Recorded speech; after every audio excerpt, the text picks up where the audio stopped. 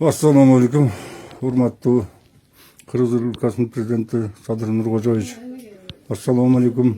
Улуттук коопсуздук мамлекеттик комитетинин төрагасы, Иштер кабинетинин орун басары урматтуу Камчыбек Кыдыршаевич. Мен ушул видеону аргасынан кайрылууга туура келип атат да. Мына Токмок шаардык ички иштер башкармалыгынын тергөө кызматында бир мыйзамсыз иштер тергелип аткан экен да.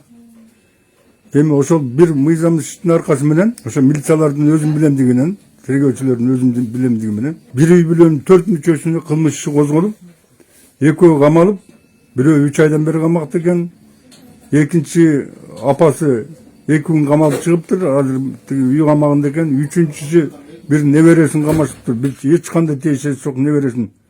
Уларбек уулу Арген деген баланы 28 октябрда камакка чыкты.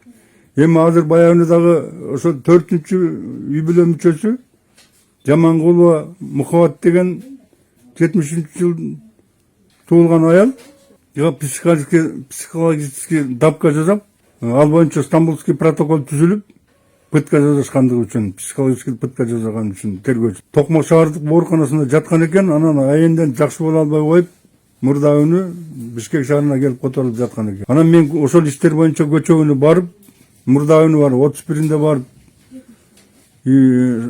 Токмок шаардык ички иштер башкармалыгынын башчысы милициянын полковниги Имангазиев Азамат деген жигитке кирип чыктым эле. Ал байке тергөө жагын мен кирише албайм, тергөөгө маселе болсо зам бар тергөө боюнча, ошо замына кириңиз. Билиялов Элдар дегенге кириңиз, мен болсо тергөөгө сиздин арызыңыз муңузду уга турган болсом, эртең тергөөгө влияние жасап атат деп да чыгышат. Дегенен мен ошол Элдар деген замына да кирип чыккам да, жагдайдын баарын айтып чыккам. Бул жерде силер туура эмес иш козгоп алып, бир үй бүлөнүн баарын кыйнап атсыңар. Моюнда подделка болгон тиги распискалар бар экен.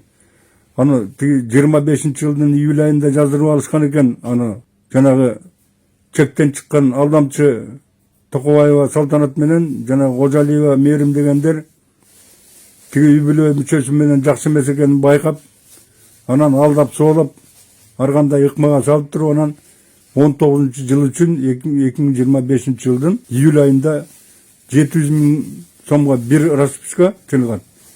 Анан 480 000 сомго бир расписка жаздырып алышкан экен да, акча бербей туруп, эчтеке албай туруп, жөн эле алып туруп эле жаздырып койшкан экен.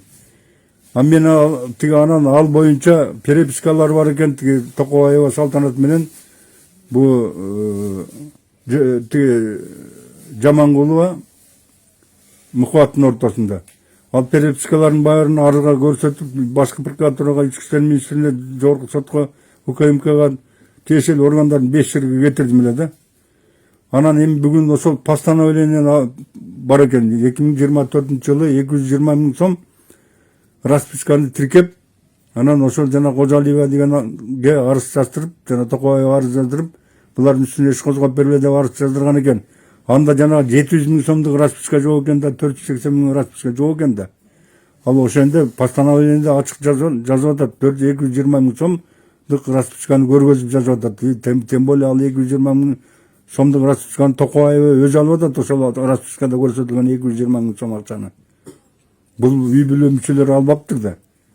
Ал тиги ошол жанагы БС кредиттик компаниянын директору